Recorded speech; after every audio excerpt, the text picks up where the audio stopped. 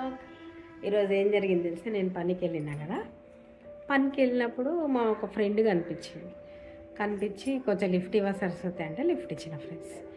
ఇచ్చిన తర్వాత ఏమైందంటే ఆమెకి ఇద్దరు ఆడపిల్లలు అనమాట. మా పిల్లల పెళ్ళి అయిపోయింది. సరస్వతి మనమడు మనమరాలు, చిన్న పాపకు కూడా కొడుకు పుట్టిండు అని చెప్పి నాకు చాలా నవ్వు వచ్చింది ఫ్రెండ్స్. నవ్వుకున్నా. అయితే నన్ను అడిగింది, మీ పాప పెళ్ళి అయిపోయిందా, ఏం చేసింది మీ పాప, మీ కోడలికి పిల్లలు పుట్టిందా అని అన్నది. నాకు నవ్వు వచ్చింది. తను ఏం చేసిందంటే తన పిల్లల్ని తనతో పాటు పనికి తీసుకెళ్ళి పని చేయించింది.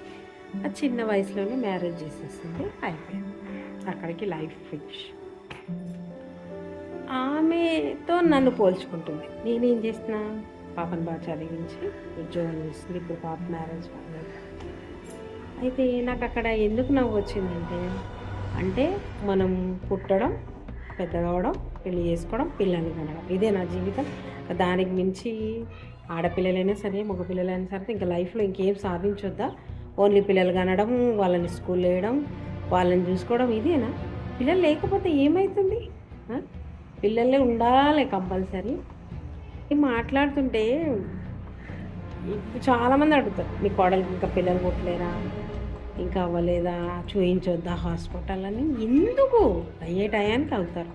వాళ్ళు చిన్నపిల్లలు, టైం పడుతుంది. కొన్ని రోజులు ఏమవుతుంది అలా. అంటే మనకు లేని బాధ మన చుట్టుపక్కల ఉన్న వాళ్ళకు ఉంటుంది.